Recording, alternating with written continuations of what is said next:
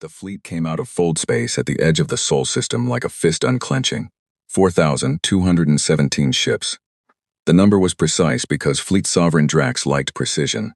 He liked knowing the exact count of every vessel under his command the way other beings liked knowing the exact count of their heartbeats. It was not something he thought about consciously.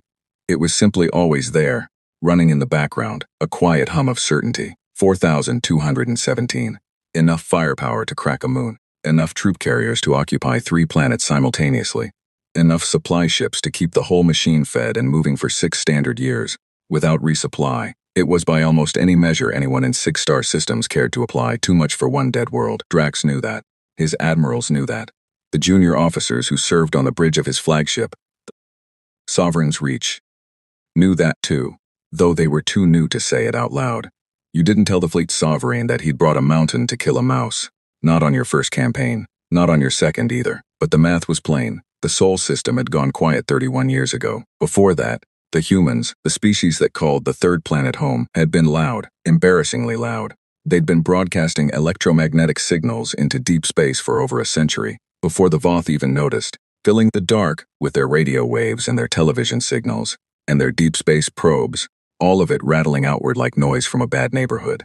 The Voth Intelligence Division had a whole archive of it. Music, arguments, moving pictures of their young ones doing pointless things for each other's amusement, weather reports, sports results, and then, 31 years ago, silence.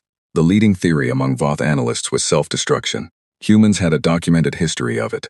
Multiple near-extinction events in their own records. Wars that scorched continents. Industrial choices that nearly cooked their own atmosphere. The silence fit. A species that could not stop fighting itself long enough to survive. Gone quiet because there was nothing left to make noise. The second theory was plague. The third theory, held by a small and generally ignored group of analysts in the back offices of the Voth intelligence complex, was that the humans had gone quiet on purpose. That theory had not made it into Drax's briefing file. He stood at the forward viewport of the Sovereign's Reach and looked at what from this distance was simply a star, yellow-white, unremarkable. The third planet was invisible at this range, a number on a chart, a coordinate, a target. Scan report, he said. His operations chief, a broad-shouldered officer named Sewell, pulled up the display. Outer system clean. No satellites detected past the 7th planet. No automated defense platforms. No communication signals on any frequency. A pause. No signals of any kind, Fleet Sovereign. Age of last detected signal, 31 years, 4 months, 17 days. Drax nodded. He had expected this. He had read the file 3 times on the Fold Transit, and each time it told him the same thing. Dead system, abandoned or extinct. The humans were gone, and the Sol system sat there full of ice-water asteroid clusters, rare element deposits in the belt between the 4th and 5th planets, and the 3rd planet's oceans. 6 times the water volume of the Voth, homeworld seas. Water was currency in the outer systems. Water was worth the trip even if there was nothing alive at the destination. Set advance formation, he said. Standard conquest approach. We move inward at half speed. Fleet Sovereign. Sewell's voice carried the particular tone of a man about to say something he had already decided was not his place to say, and then saying it anyway. The operation order calls for a recon sweep before we cross the outer planet's orbit. Probe deployment, then wait for return signal. Drax looked at him. Sewell stopped talking. Half speed, Drax said. We'll run probes as we advance. I'm not sitting at the edge of someone's dead solar system for 6 hours waiting for confirmation that no one is home. This was not an unreasonable position. In 30 years of conquest operations, Drax had never once encountered a dead system that was not, in fact, dead. The probes were protocol, not necessity. Protocol existed for a reason, but so did momentum. And 4,000 ships moving at half speed toward an empty target was already more caution than the situation warranted. The fleet moved. Neptune passed on the port side, a blue bruise in the dark, ringed by 2 small moons that the Voth charts described as negligible. No installations. No mining operations. Nothing. Venus followed, tilted on its side in the way that had apparently amused human astronomers for centuries. Drax had read about that in the intelligence file too. This strange fondness they'd had for the accidental angle of a gas giant. It seemed like an odd thing to feel fondness for. He launched the first probes when the fleet crossed the 7th planet's orbital path. Standard package. 6 probes, fan deployment, moving inward at speed. They would reach the 4th planet, Mars, the humans called it. A red rock with a thin atmosphere and no strategic value beyond its position, in approximately 40 minutes. Then another hour inward to the 3rd planet itself. Drax did not watch the probe feed closely. He had reports to review, supply chain projections.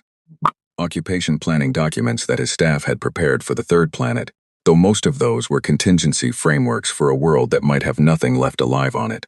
If the planet was genuinely dead, the occupation planning was moot. It became a resource extraction operation instead, which required different paperwork entirely. He was reading the extraction projections when Sewell said, "Probe 2 signal lost." Drax looked up. Mid-transmission. Sewell was staring at his display with an expression that was not quite concern and not quite confusion, but lived in the territory between them. The signal terminated. Not signal degradation, it terminated. Full stop, technical failure, possibly. Sewell did not sound like a man who believed the word possibly. He sounded like a man using it because the alternative word was not one you set out, loud on the bridge of a flagship without being very sure. Probe 1 is still active. Probes 3 through 6 still active and advancing. Drax set down his report. Continue monitoring. 7 minutes later, Probe 4 signal terminated. Same profile. Mid-transmission. Clean cut. Not a systems failure. Systems failures had a signature, a degradation curve, a stutter before the end. This was like someone reaching out and turning off a light. Probe 4 is gone, Sewell said, and now the not-quite concern on his face had resolved into something more definite. The bridge had gone quiet. Not dramatically. Not the theatrical silence of a bad entertainment program where every officer stops and stares. Just the particular quality of silence that falls over a group of professionals when something they don't understand has happened twice. Where were they when they went dark? Drax asked. Sewell checked. Both probes were approaching the fourth planet's orbital path. Probe 2 was approximately 200,000 kilometers inward of the seventh planet's orbit. Probe 4 was. He stopped. Was what? Was in almost exactly the same position, different vector, same distance band. Drax stood up. There was a region of space, apparently, running along a band roughly 200,000 kilometers inside the seventh planet's orbit, where probes went dark. 2 data points were not a pattern. 2 data points were a coincidence, and Fleet Sovereign Drax had not reached his rank by mistaking coincidence for pattern. But he had also not reached his rank by ignoring 2 data points when they aligned. Halt the remaining probes, he said. Hold them at current position. I want full sensor sweep of that orbital band. Everything we have, all frequencies, gravitational, electromagnetic, thermal, the full spectrum. The sensor arrays of 4,000 ships were not a subtle instrument. Together they could detect a single power cell at 10 million kilometers. They swept the orbital band for 22 minutes. They found nothing. No debris from the lost probes, no energy signatures, no physical obstruction, no signal interference source. The band looked exactly like the rest of the outer system, empty, cold, and dead. Drax stood at the viewport and looked at the star that was getting slowly larger as the fleet advanced at half speed. And he thought about the 2 probes, and he thought about 31 years of silence, and he thought about the small group of analysts whose theory had not made it into his briefing file. He thought about that for a while. Resume probe advance, he said, all 4 remaining probes, and get me a direct channel to the fleet, all ships. The channel opened. 4,217 vessels listening. This is Fleet Sovereign Drax. We have experienced an anomaly with 2 recon probes in the outer approach zone. Cause is undetermined. All ships are to maintain formation integrity and run continuous passive scans on full spectrum. Report any irregularity immediately. Any irregularity, a temperature variance, a gravitational microfluctuation, a signal ghost. Anything that your instruments show that your instruments should not be showing, report it. A pause. That is all. He closed the channel. His second-in-command, High Admiral Bress, appeared at his side. Bress was older than Drax, had turned down Fleet Sovereign 3 times to stay in the field, and had the particular quality of stillness that belonged to beings who had been in enough dangerous situations to know what danger felt like before it announced itself. You think something is here, Bress said. It was not a question. I think 2 probes don't vanish in the same orbital band without a reason, Drax said. Sensor sweep found nothing. I know. Bress was quiet for a moment. That's worse.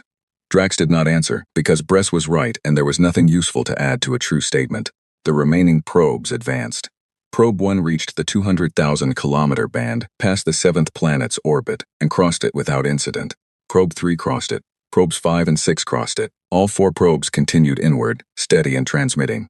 Drax released a breath he had not realized he was holding. Technical failure then. 2 probes out of 6. The equipment was old. This was not a high-priority mission. The resourcing reflected that, and old probe units had old components. He made a note to have a word with the logistics division when they returned.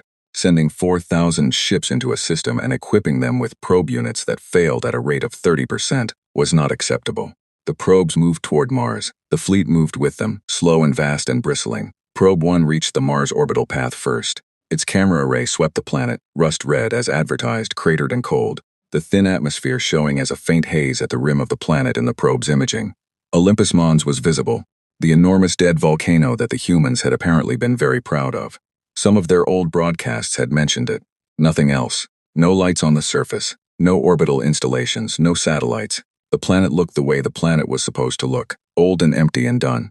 With everything. Probe 1 on station at Mars orbit, Sewell reported. Clean scan, no anomalies, Drax nodded. And then Probe 1's signal terminated. Clean, mid-transmission, the same profile as the first two. The bridge silence this time was different. It had weight. Probe 3, Drax said. Still transmitting, 40 seconds from Mars orbital path. 40 seconds. Everyone on the bridge counted them without counting them. Probe 3 reached the Mars orbital path.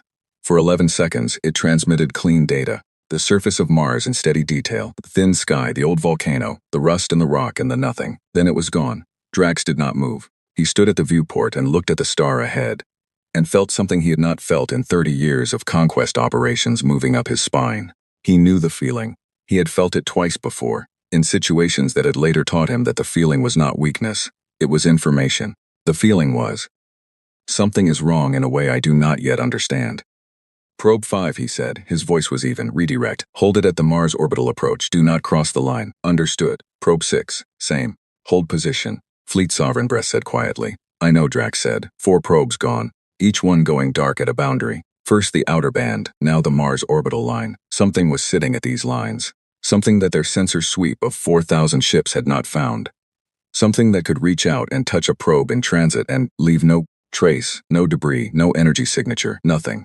Something that had had 31 years to get very good at not being seen. Drax turned to face his bridge. All ships to combat readiness, he said. Full weapons hot. Defensive screens up. A pause. And someone get me the analyst file. The full archive. I want everything we have on human military development from their last 20 years of broadcasts. Sewell looked up from his station. Fleet Sovereign, what are we looking for? Drax looked back at the viewport. At the star that was still just a star. At the dark around it that held nothing his instruments could find. I want to know, he said, what they were building before they went quiet. He did not say. I want to know if we made a mistake coming here. He did not need to. Every officer on the bridge was already thinking it. The fleet held its position at the Mars orbital approach. 4,217 ships, weapons hot, screens up, scanning a darkness that scanned back with nothing that showed on any instrument they had. Somewhere in that dark, past a line their probes could not cross, something was waiting. It had been waiting for 31 years, and it was not in any hurry. The order to send in the recon wing was not made in panic. Drax was careful about that. He sat with the decision for 40 minutes before he gave it, which was not something he was known for. Fleet sovereigns were known for decisiveness, for the kind of command that moved like a blade, fast and clean and without hesitation. 40 minutes of sitting at a viewport, staring at a red planet that 8 probes was not decisive. His admirals knew it, his bridge crew knew it, he knew it himself. But 4 probes were gone, and the sensor grid of 4,000 ships had found nothing, and the file on human military development from their final years of broadcasting had turned out to be less useful than he'd hoped. Most of it was noise, political arguments, economic reports, entertainment. The military content was fragmented, partial, deliberately vague even in their own public communications. Humans had apparently learned early that broadcasting the specifications of their weapons systems to the entire galaxy was not wise, which meant the archive told him what they'd been thinking about, but not what they'd actually built. What they'd been thinking about in their last decade of broadcasting was defense. Not conquest, not expansion, defense. The distinction had seemed unimportant to the analysts who'd compiled the file. A species preparing to defend itself was a species that expected to be attacked, and a species that expected to be attacked was a species that knew it was not alone. And a species that knew it was not alone was either building a wall, or building a weapon, or building both. What they'd built, the file could not tell him. 40 minutes. Then Drax gave the order. 60 ships, his best recon wing, fast, well-armed, piloted by officers who'd run 100 approach operations between them. Not enough to glass a planet, but more than enough to deal with whatever was sitting at the Mars orbital line and making probes disappear.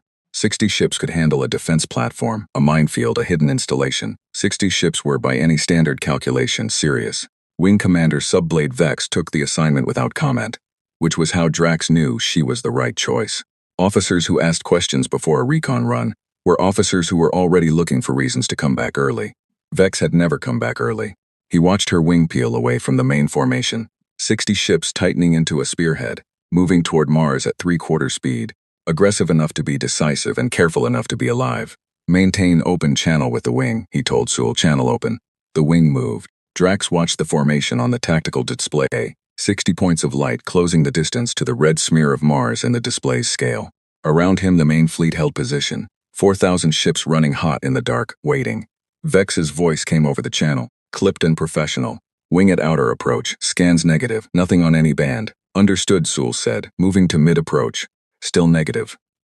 A pause, and in the pause was the particular quality of someone who was checking their instruments a second time, not because they doubted them, but because the instruments were telling them something boring, and boring felt wrong. This is a dead planet. Genuinely nothing here. Drax said nothing. The wing advanced. Mars grew in the tactical display, the scale shifting as the 60 ships entered close approach range, the planet resolving from a smear into a sphere, rust-red and massive and old. Wing on station, Vex said. Beginning orbital survey pass. I'm seeing, she stopped. Subblade, Sewell said. A 3-second silence. In combat operations, 3 seconds was a long time. I'm seeing the surface, Vex said. Her voice had changed. It was still professional, still controlled, but there was something underneath it now. Something that the control was working harder than usual to hold down. I'm seeing the surface, and I'm seeing. She stopped again. Vex. Drax's voice now. Direct, fleet sovereign. Another pause, and this one was different from the others. This one was the pause of a person who was choosing words, because the first words that came to mind were not words you said in a report. The surface is opening. The bridge of the sovereign's reach. Went still. Clarify, Drax said. The surface of the planet, it is opening. She seemed to be testing each word before she put it down. The way you tested ice before you stepped on it. I'm counting. There are doors, fleet sovereign, in the rock. Cut into the rock. They are large. They are a beat. They have been there a long time. The rock around the seams is weathered. These are not new. Drax stood up from his seat. He had not done that in the 40 minutes of sitting. He stood now without deciding to stand. The way your body makes certain decisions before your mind finishes the thought. How many doors? He said. The silence that followed lasted 4 seconds. He counted. I'm still counting, Vex said. Fleet sovereign, I need you to understand that I am giving you accurate numbers. I am looking at my instruments, and I am giving you what they show me. How many? North face of the large volcano alone, Olympus Mons. I'm reading 47 doors. I'm scanning south now, and a sound that was not quite a word. The whole planet. They cut doors into the whole planet. On the tactical display, Drax watched the 60 points of light that were Vex's wing begin to spread out reflexively, pulling apart from the tight spearhead into a looser formation. The pilot's instincts responding to information that their minds were still processing. Hold formation, Vex snapped at her wing, and the points tightened back up. She had good people. What is coming out of the doors? Drax said. Another silence. And then Vex said something she had never said in 40 years of service. She said it quietly, in the voice of someone who had looked at a thing and needed a moment before they could make it mean something. Ships, she said. Human ships. They are rising, in formation. Fleet sovereign, they are rising in formation. Drax turned to his tactical display and pulled the feed directly from Vex's wing sensors, and the display filled with what the wing was seeing, and for a moment, a fraction of a moment that he would never admit to anyone, not even Bress. He could not process the scale. The ships were rising from the surface of Mars the way smoke rises from a fire, steady and even and without urgency.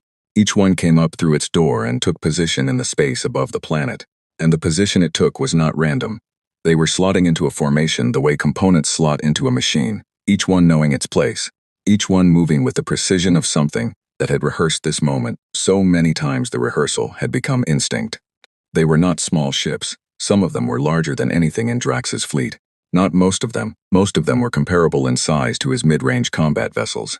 But some of them were very large, and those large ones rose last, and when they took their positions in the formation was complete, and it sat there above Mars like a second moon, and it said nothing, and it did nothing, and it simply was. Count, Drax said. Sewell was working his instruments. The bridge was so quiet that Drax could hear the sound of Sewell's fingers on the panel. I'm reading. Sewell stopped. Read. Fleet Sovereign. I am reading 587 vessels of human configuration, across all size classes. Another pause. Plus the doors are still open. They were still open, and more ships were still coming out. Drax watched the count climb. 600, 650, 700. The doors on Mars were not finished. The planet had not given them everything yet. Ship after ship slid out of the rock and took its place in a formation that kept expanding, kept adding to itself, kept becoming more than it had been 30 seconds ago. Vex's wing of 60 ships sat in the space between the main Voth fleet and the human formation, and they were very, very quiet. At 800 vessels, Drax said, "Vex, back your wing off.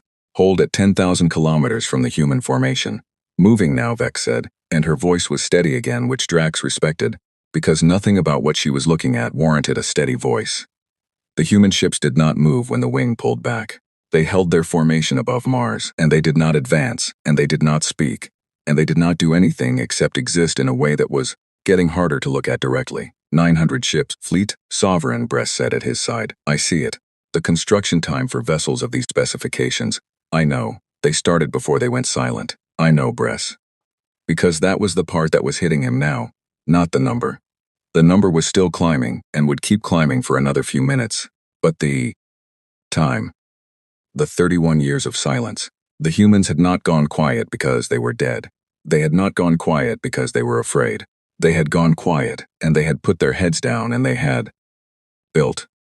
For 31 years, inside a planet, in the dark and the silence they had built. This was not a defense force assembled in panic. This was a thing that had been planned and constructed, and hidden and rehearsed. And the planning had started at least a decade before the silence, which meant that somewhere around 40 years ago, a group of human beings had sat in a room and decided that the galaxy was dangerous, and that the right response to a dangerous galaxy was not to make noise and hope for the best, but to go quiet and build something that made the danger irrelevant. The count reached 940, then 950. Then the doors of Mars stopped opening. The last ships took their positions. The formation sat complete and still above the red planet, and the number on Sool's display held 961 vessels. Drax stared at the number. His fleet had 4,217 ships. On paper, he still had the advantage. On paper, he outnumbered this force by more than 4 to 1. But 4 to 1 only meant something if you knew what one was worth. He did not know what one human ship was worth. He did not know what weapons they carried, what defensive systems they ran, what their tactical doctrine looked like. He knew nothing about them, except what their ships looked like from the outside. And their ships, looked at from the outside, did not look like the ships of a species that had been hiding in a planet for 30 years out of fear. They looked, from the outside, like ships that had been designed by people who knew exactly what they were building them to do. "Vex," he said. "Fleet Sovereign, what is your tactical read?" A pause. Vex had been doing this long enough to know what the question meant. Not, "What do you see?" He could see everything she could see. The question meant, "You are 60 ships sitting between me and nearly 1,000 unknowns. What does your gut say?" "My gut says," Vex said carefully, "that we are currently positioned in a space that the human fleet has already calculated for. That the distance my wing is sitting at, the angle we came in on, the approach vector the main fleet is holding. I think they knew we were coming, and they placed themselves accordingly." Another pause. "My gut says that when those doors opened, we were already inside something. We just couldn't see the edges of it yet." Drax said nothing, because Vex was his best wing commander and her gut had been right 40 years of service, and there was nothing useful to add to a true statement. 961 ships sat above Mars and said nothing and did nothing. And Drax stood on the bridge of his flagship at the head of 4,000 ships and felt the shape of a decision forming in front of him, heavy and cold, the kind of decision that would be in the history files, no matter which way he made it. He had come here for water and rare metals and an empty planet. He was standing at the edge of something that was not empty, something that had been waiting for him. For 31 years, in the dark under a red planet, while the galaxy assumed it was dead, humanity had been waiting. And now it looked at him across the dark, 961 ships deep, and it still said nothing, because it did not need to. The doors of Mars stood open behind it like a statement. "We have more." The transmission request came from the human formation 17 minutes after the last door on Mars stopped opening. Not a weapons lock, not an advance, a transmission request. The protocol flag on it was standard interstellar first contact format, the kind of flag that every spacefaring species used when they wanted to talk to someone they had not talked to before. Clean, formal, and utterly surreal, coming from a species that had spent 31 years pretending not to exist. Drax stared at the flag on his communications panel for a long moment. Bress, standing at his right side, said nothing. He was good at that. "Accept it," Drax said.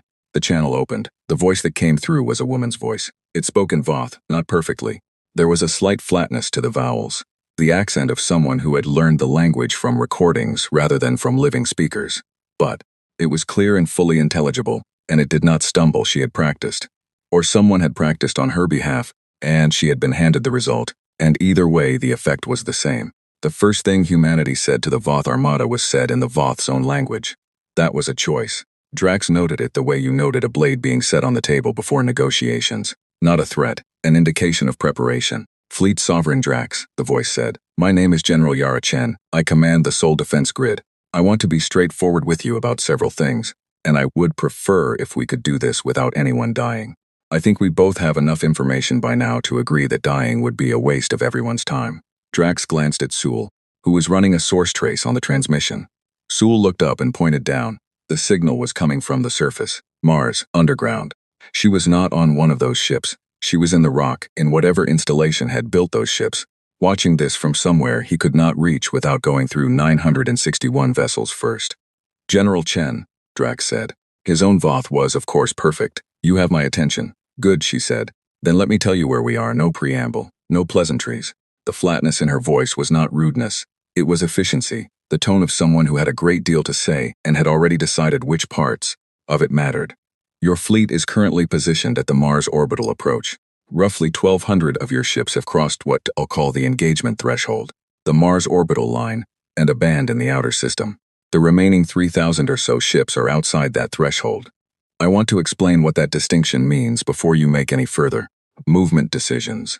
Drax said nothing. He was listening to the words and listening to what was under the words at the same time. She was not angry. She was not performing strength for the benefit of her own people. Her voice had no audience in it.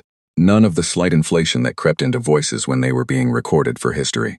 She was talking to him the way a person talked to someone they needed to understand something quickly. That was, in its own way, more unsettling than anger.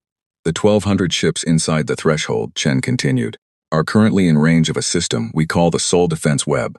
The web is a network of signal disruption nodes distributed across the inner system. I won't explain the technical details because they won't change your situation and we'd be here all week. What I will tell you is what it does. She paused. Just one beat.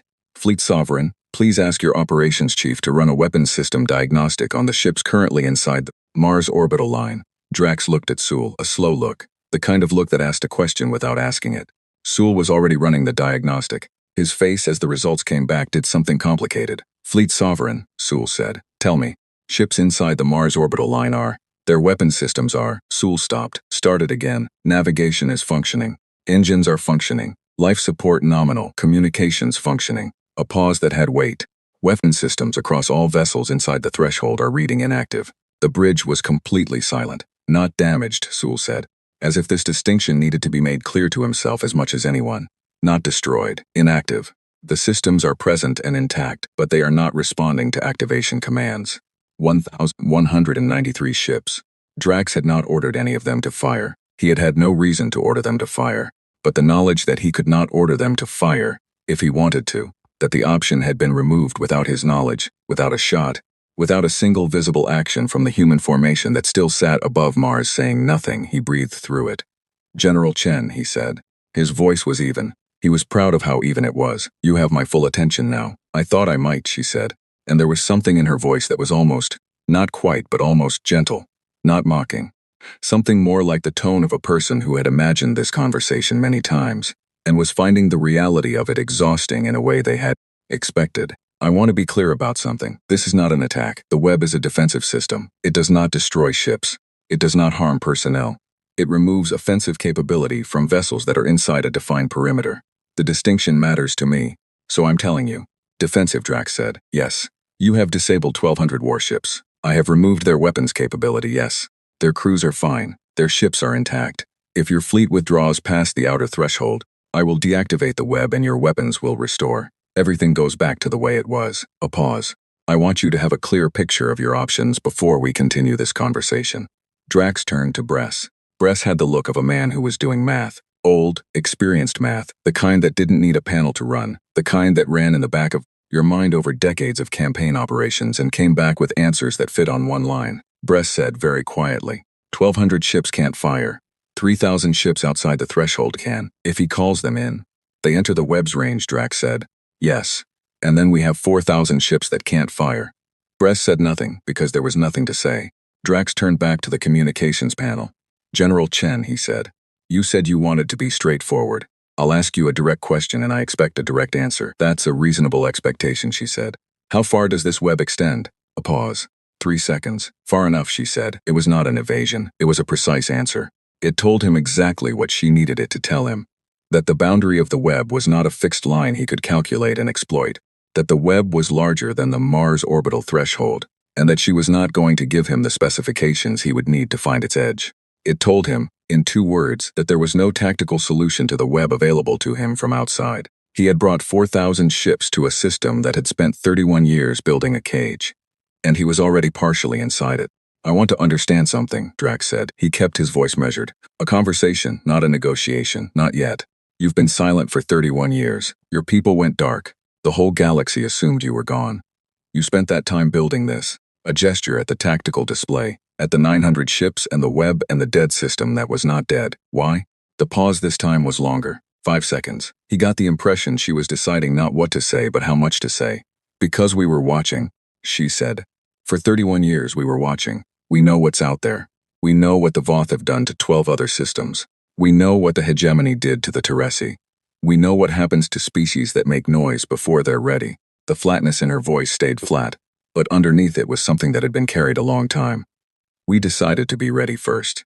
Drax sat with that, ready first, not first to strike, not first to expand, first to be ready. On his tactical display, 1,200 of his ships sat in a perimeter they could not shoot their way out of.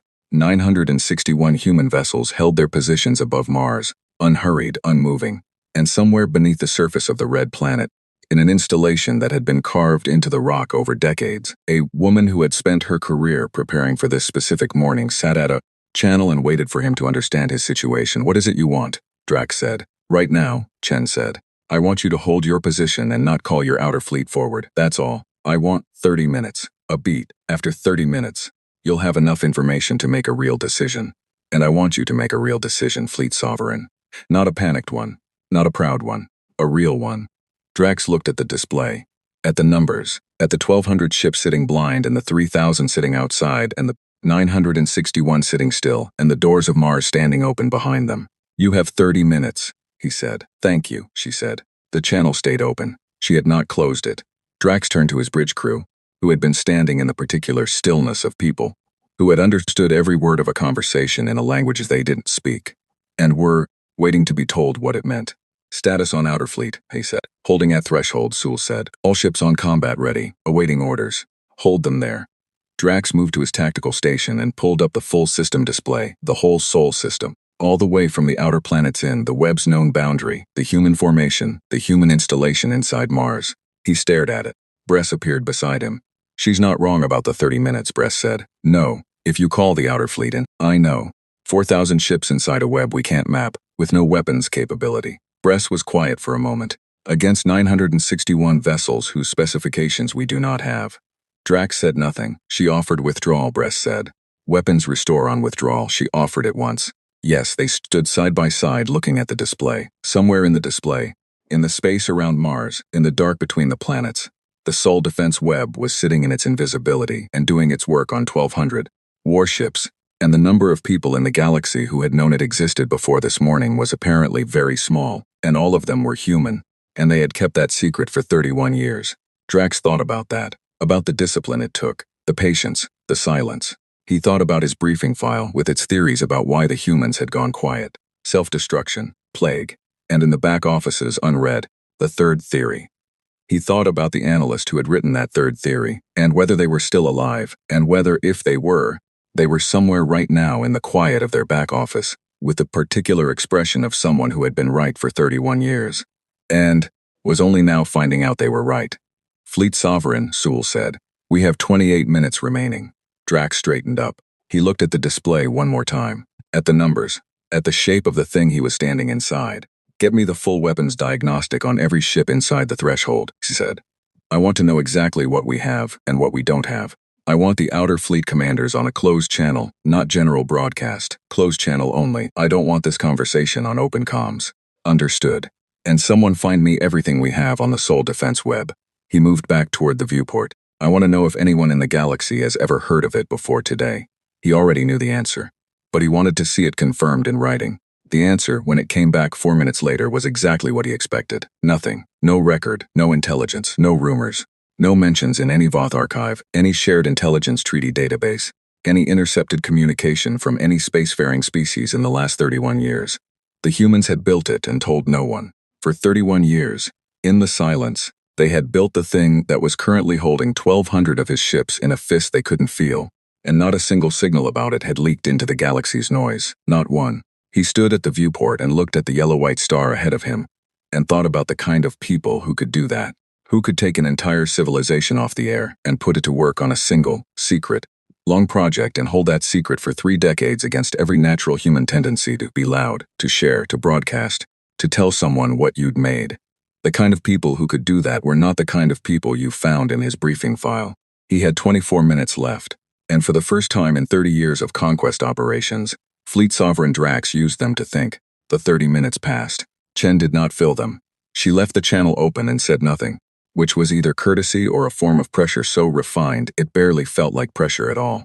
Drax had spent the time doing what he'd said he would do, talking to his outer fleet commanders on closed channel, reviewing the weapons diagnostic, staring at a display that kept showing him the same numbers no matter how many times he looked at it.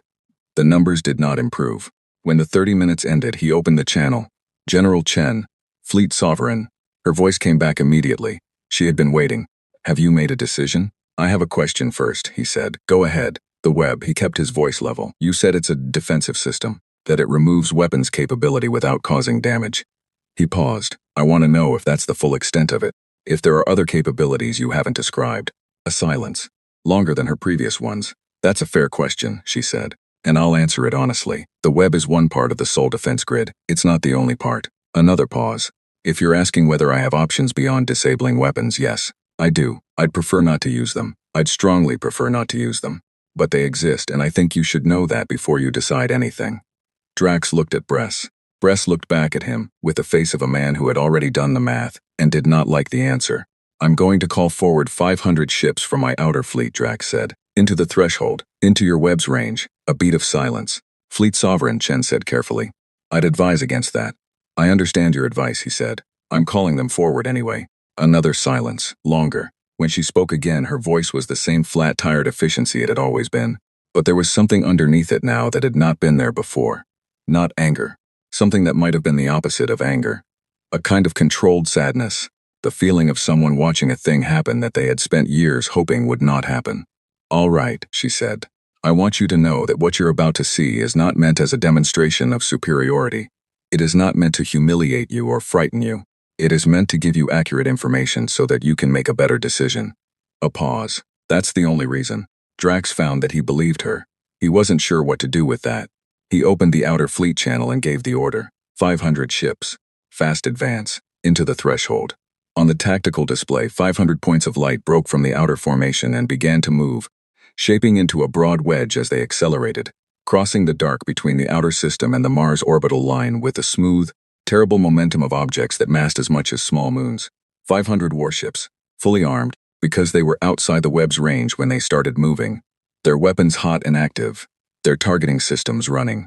Drax watched them cross the distance, watched them approach the outer threshold, the band in space where his first 2 probes had gone dark, watched them cross it. For 6 seconds they were fine. 500 ships inside the threshold, and then inside the threshold, their weapons began to go quiet one by one as the web found them, and that was expected.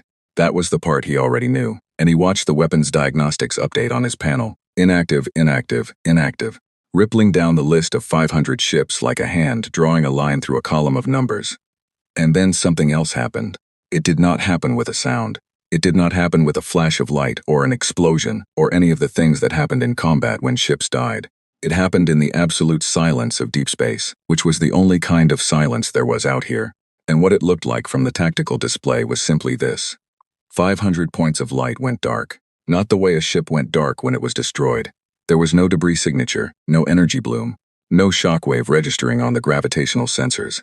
The points simply stopped being on the display. One moment they were there, moving, massing, fully present in every sensor reading the Sovereign's reach. Was running. The next moment they were not. 500 ships, gone. The bridge of the Sovereign's reach made no sound for a long time. Drax stood at his tactical display and looked at the space where 500 ships had been and were no longer, and he was aware of his own breathing in a way he was not usually aware of it. And he was aware of the complete stillness behind him where his bridge crew had stopped moving, stopped talking, stopped doing anything except looking at the same display he was looking at. Sewell, he said. Fleet Sovereign. Sewell's voice had the quality of a man speaking through something. Tell me what the sensors show. No debris. Sewell was reading from his panel in the careful voice of someone who was reporting what the instruments said, and not what the instruments meant, because the instrument's meaning was not something he was prepared to put words to yet. No energy signature, no gravitational anomaly, no communication signal. No, there is no trace of 500 ships, Fleet Sovereign. The sensors show empty space. Thermal? Clean. Electromagnetic? Clean. Gravitational mass reading? A pause. Clean, Sewell said. Fleet Sovereign. The mass of 500 ships is not registering on gravitational sensors. Whatever happened to them, it did not leave them in normal space. Drax breathed. General Chen, he said. I'm here, she said. Her voice was quiet. Not triumphant, just present. Where are my ships? They're safe, she said. All personnel are unharmed. The ships are structurally intact. They are currently held in what we call a fold anchor, a localized compression of space-time that functions as a pocket. The ships are in the pocket. They're not in your dimension of normal space, but they're not damaged, and they're not dead. A pause. I want to be very clear about that. They're not dead. You folded space, Drax said. Yes, around 500 ships. Yes, he had heard of this technology. Theoretical papers from Voth physicists, from hegemony researchers, from 3 or 4 other species that had published speculative models over the last century, folding space-time as a weapon system, containing targets in a pocket dimension. Every paper had concluded the same thing, that the energy requirements were so vast, the precision so extreme, that a functional system was at minimum a century away from any known civilization's capability. Every paper had been written by people who did not know about the Sol defense grid. How long have you had this? He said. It was not quite a question. It was more like a thought that had fallen out of his mouth. The fold anchor took 22 years to make work, Chen said. We lost a lot of people figuring it out. Something moved briefly across the flatness of her voice. We lost a lot of people in this whole project. It wasn't none of this was easy. I want you to know that. I'm not standing here telling you about fold anchors and defense webs because any of it was cheap or simple, or because we're trying to intimidate you. For sport, briefest pause. We built this because we had to, because the math of the galaxy said we had to. Drax said nothing. In the room behind him, in the stillness of the bridge, he heard something he had not expected. A voice. Young, lower rank, not someone who should be speaking on the bridge of a flagship during a command-level negotiation. Sir, the voice said. One of his junior officers. First campaign. Drax should have silenced him. Protocol was clear, he didn't. Speak, Drax said. Were they always like this? Did they always have this? Before Drax could answer, a different voice spoke, older. The weapons chief, a 20-year veteran named Kor who had been to war 9 times and spoke rarely and accurately. No, Kor said, they became this. A pause. There's a difference. The bridge was quiet again. Drax turned back to the display. At the space where 500 ships used to be, and above Mars where 961 human vessels still held their positions, still unmoving, still saying nothing. At the outer threshold where his remaining outer fleet sat in combat-ready formation waiting for an order. I want to ask you something, he said to Chen. Not tactical, not about the grid. He chose the next words carefully. My intelligence file on your species. It goes back 120 years of your broadcasts. You were loud, you fought each other. You nearly destroyed your own planet multiple times. You were, from a strategic analysis standpoint, you were not a species that appeared to be going anywhere good. He paused. And then you built this. Not just the technology, the discipline, the silence, the 30 years. He paused again. What changed? The silence on Chen's end was the longest yet. Long enough that Drax wondered if she was going to answer at all. We got scared enough, she said finally. Just that, no elaboration, no history lesson. 4 words dropped into the channel and left there, and Drax understood that he was not going to get more than 4 words on this subject. And that those 4 words were the whole answer, as complete as an answer could be. A species scared enough. Scared enough to go quiet, scared enough to work in the dark, scared enough to give 40 years to a project most of its people would never know about. That would not benefit anyone alive when it started. That was entirely and only for the future, for the morning, whenever it came, when something showed up at the edge of the solar system and pointed itself inward. Drax had fought 30 years of wars against species that were afraid. Fear made species frantic. Fear made them loud and desperate and reactive and prone to mistakes. He had never fought a species that had taken its fear and made it into something patient. He turned from the display and looked at Bress. Bress looked back at him with an expression that Drax had not seen on Bress's face in 30 years of campaigning together. Bress, who had turned down Fleet Sovereign 3 times, who had been in enough dangerous situations to stop being surprised by danger. Bress looked like a man who had just finished revising something he had believed for a very long time. Your outer fleet, Chen said. You have roughly 3,000 ships still outside the threshold. I want to tell you clearly what happens if they come forward. Not a threat, a statement. The voice of someone reading from an accurate report. They enter the web. Their weapons go inactive. And if I determine that the collective advance constitutes an aggressive action rather than a positional adjustment, I activate additional fold anchors, a beat. I don't want to hold 3,000 ships in fold space, Fleet Sovereign. I want to be honest. The energy draw of that would be significant even for us. And more practically, I don't want to hold 3,000 ships because that is not what any of this was built for. Her voice shifted, barely. A fraction. It was built so this conversation could happen instead of something else. Drax stood at the viewport for the last time and looked at the yellow star. Thought about 31 years of silence. Thought about 22 years of work to make a fold anchor function. Thought about the engineers in the dark under the rock of Mars, working on something that would not be tested until the morning it was needed. Trusting that the morning would come, and trusting more that the work would hold when it did. Thought about the junior officer's question behind him. Were they always like this? And Kor's answer. They became this. There's a difference. He turned back to his bridge. Stand down the outer fleet advance, he said. Hold position outside the threshold. All ships, hold position. He moved to the communications panel. General Chen, Fleet Sovereign. My 500 ships, he said. When do I get them back? When you leave, she said simply. All 500 ships released, fully intact, fully crewed, the moment your fleet withdraws past the outer boundary. A pause. And the 1,200 inside the threshold, their weapons restore on withdrawal. 2. You leave the same fleet you came in with. Everyone goes home. Drax looked at the tactical display one last time. 4,217 ships. His fleet. The number he'd held in the back of his mind since the moment they came out of fold space at the edge of this system, constant as a heartbeat. It was still there. All of them still existed. That was not nothing. He thought about the 6-star systems that called him Fleet Sovereign, and what he would tell them when he returned, and what they would do with he told them, and whether any of it would matter against the simple fact of what humanity had built in the silence, and what it meant that they had built it. He would deal with all of that later. Right now he had one decision, and the decision was clear. I'll need time to consider withdrawal terms, he said. Of course, Chen said. I'm not going anywhere. A pause. Neither are we, she added, and it landed with a quietness that hit harder than a shout. Drax closed his eyes, opened them. Give me 2 hours, he said. You have 2 hours, she said.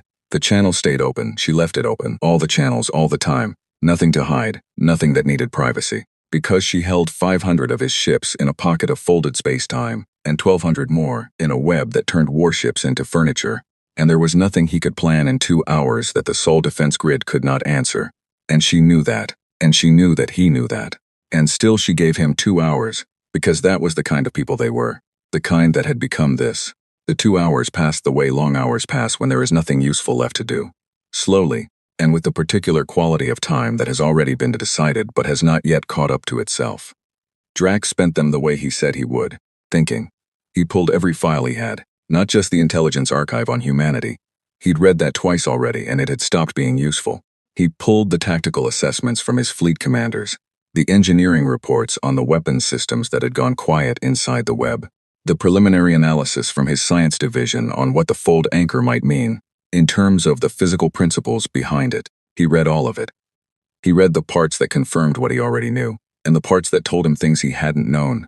And at the end of 2 hours, the shape of the situation had not changed, but he understood it more completely, which was all he had asked of the 2 hours. In the room behind the bridge, in the small officer's ready room where Bress had retreated to give Drax space to think, Bress sat with the young officer who had spoken out of turn and had not been silenced for it. The junior officer's name was Ren First Campaign, 3 months out of the academy. He was sitting with his hands flat on the table and looking at them with the expression of someone whose understanding of the universe had shifted under him without warning, the way ground shifts in a quake, and he was waiting to see what was still standing when it stopped. Bress did not tell him what to think. He was not that kind of senior officer. He said, "You're going to write this down when we get back. Everything you saw today, everything you heard. You're going to write it in your own words and you're going to keep it." Ren looked up. "Why?" "Because in 30 years you're going to be sitting where I'm sitting," Bress said. And the person sitting where you're sitting now is going to need to know what this looked like from inside it. Ren said nothing for a moment. Do you think anyone will believe it, he said. Bress thought about that. No, he said. Not at first. Write it anyway. In the main chamber of the Olympus Mons bunker, 12 meters below the surface of Mars, General Yara Chen was eating a meal that had been cold for 90 minutes, and had been cold for 90 minutes the last 3 times someone had brought it to her as well. She ate it without complaint. Cold food was not the kind of problem she had the energy to have feelings about today.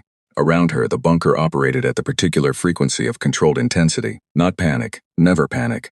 The people in this room had trained too long for panic, but a kind of focused aliveness, every station manned, every display updating, the soft, steady sound of voices exchanging information in short sentences. The bunker had 10,000 people in it, distributed across its levels and corridors and operations rooms, and right now all 10,000 of them were doing their jobs the way they had practiced doing their jobs, and the fact that the practice had become real was something most of them were handling better than Chen had expected. She had expected at least some of them to cry. Some of them were in the corridors away from the stations. She had seen it. She didn't say anything about it. They were entitled. Priya appeared at her elbow. Priya, who was 26 years old and had been assigned to the General's operations team 8 months ago, and had shown in those 8 months the particular quality of intelligence that expressed itself not as speed but as depth, the kind that sat with a problem until it understood it rather than running past it to the answer. He's been quiet for 90 minutes, Priya said. I know. Is that good or bad? Chen took another bite of cold food. It means he's thinking. Thinking is good. She looked at the display showing the Voth formation, the 1,500 ships inside the threshold sitting weaponless and still, the outer fleet holding its position in the dark. A fleet sovereign who thinks is better than one who doesn't. What do you think he's thinking about? Chen set her fork down, looked at the display for a moment. The same thing I'd be thinking about, she said. How to go home and describe what he found here without it sounding like an excuse. Priya was quiet for a moment. Will he tell the truth? He'll tell what he saw, Chen said. Whether that counts as the truth depends on how well his people listen. She picked her fork back up. That part's not our problem. The 2 hours ended, and Drax opened the channel. General Chen, Fleet Sovereign. Still present, still the same voice. I'm going to ask you a question, he said, and I want an honest answer. I've been giving you honest answers. I know, this one is different. He paused. He had spent the last 20 minutes finding the right words for this, and he was not sure he had found them. Why didn't you come for us first? Silence. You have fold anchors, he said. You have the web. You have 961 ships and whatever is still inside those doors on Mars that you haven't shown me yet. You've had this capability for, some of it for at least 20 years. You knew what the Voth had done to 12 other systems. You knew about the hegemony and the Teresi. His voice stayed even. You could have come for us. You could have come for anyone you wanted. You chose not to. I want to know why. The silence stretched. Chen set her fork down for the last time. She looked at the display. At the 4,000 alien ships sitting in her system, 1,200 of them currently held inside a web their builders had spent decades laying. 500 of them tucked into a fold anchor that had taken 22 years and many lives to make real, and the rest of them waiting in the dark for an order that she was going to make sure never came. She thought about the engineers, not as a group, as people. Mara, who had designed the first web node and died of a heart attack at 61 before the network was 20% complete, and who had known she wouldn't live to see it finished and had kept working anyway. June, who had spent 14 years underground on the Fold Anchor project and come up blinking at the sun when it finally worked and sat on the surface of Mars looking up at a sky he had almost forgotten the color of. The soldiers who had trained for 30 years for a war they had hoped every single one of those years would not come. She thought about what it had cost. Then she opened her mouth and gave Drax the answer she had been carrying for a long time. Because we're not you, she said. 3 words. She left them there the way you leave something down when you've carried it long enough. Drax said nothing. Not an insult, she said. A statement of fact. The Voth expand because expansion is what the Voth do. It's your history, your economy, your identity. The hegemony consumes. The Teresi were consumed. Every species out there is doing the thing their history made them do, and most of the time they're not even making a choice about it anymore. A pause. We made a choice. 31 years ago we looked at the galaxy, and we decided what kind of species we were going to be. Not what kind of species we had been. We'd been plenty of things, most of them bad. What kind of species we were going to be from that point. Her voice was steady. We decided we were going to be the kind that stays home. Drax sat with that. That's it, he said. That's it. You built all of this, he said, to stay home. We built all of this, she said, so that staying home was a choice we could actually make, so that nobody could take it from us. A pause. There's a difference between staying home because you can't leave and staying home because you decided to. The bridge of the Sovereign's Reach was very quiet. Drax looked at Bress, who had returned from the ready room and was standing at his side again, and Bress had an expression that Drax recognized, the expression of a man hearing something that was going to sit with him for the rest of his life. I'm going to withdraw, Drax said. I know, Chen said, and again there was that quality of not quite gentleness in her voice, the exhausted, careful thing. I'm going to make one request. Ask my ships, the 500 in the fold anchor. I want to talk to the crew of one of them. Just one. I want confirmation that what you told me about the condition of the ships is true. A pause. That's reasonable, she said. Stand by.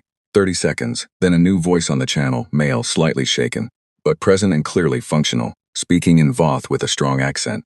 This is Captain Han of the Immovable Truth. We're intact. I don't understand what happened to us, but we are intact. Crew is accounted for. Ship is undamaged. We are in. I don't know what we're in. It looks like space, but the stars are wrong. Everything else is fine. Drax closed his eyes for 1 second. Opened them. Thank you, Captain, he said. He closed the secondary channel. General Chen, he said. Fleet Sovereign. I'm broadcasting on all Voth frequencies. I want you to hear what I say. A pause. All right. He opened the all-fleet broadcast. Every Voth ship in the Sol system, and through the relay stations stretching back into Voth space. Every command post and fleet station and operations center that was connected to the network. He did not prepare a speech. He had spent 2 hours thinking and none of it had gone toward a speech, because the situation did not need a speech. It needed a report. Fleet Sovereigns wrote reports. This is Fleet Sovereign Drax. I am transmitting from the Sol system, third planet Sun, current position at Mars orbital approach. The Sol system is not an unclaimed system. It is not a dead system. Humanity is present and functional, and in possession of defensive technology that significantly exceeds our current capabilities. Details to follow in full after withdrawal. A pause. He chose the next words with care. The humans did not fire on us. They have offered withdrawal terms under which all fleet vessels are returned intact. I am accepting those terms. The Armada will withdraw.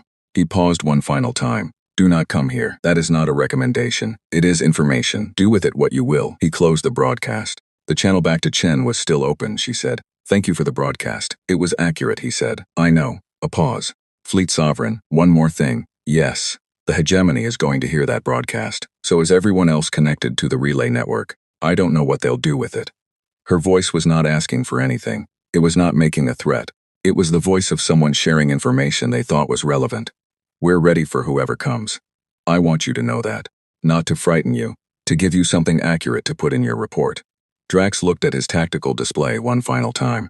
At the Sol system as it actually was. Not the dead system in his briefing file. The real one, full and defended and patient and awake. It will be in the report, he said. Journey, she said. He closed the channel. The withdrawal took 6 hours. Orderly, formation intact. The way Drax ran every operation, precisely and without theater.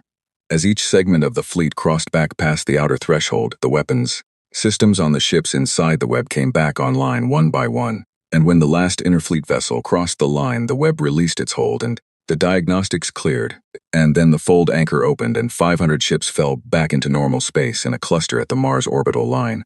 Exactly as Chen had promised, intact, crewed, undamaged, the stars around them the right stars in the right places. Captain Han's Immovable Truth. Sitting at the center of the cluster, slightly bewildered and fully functional.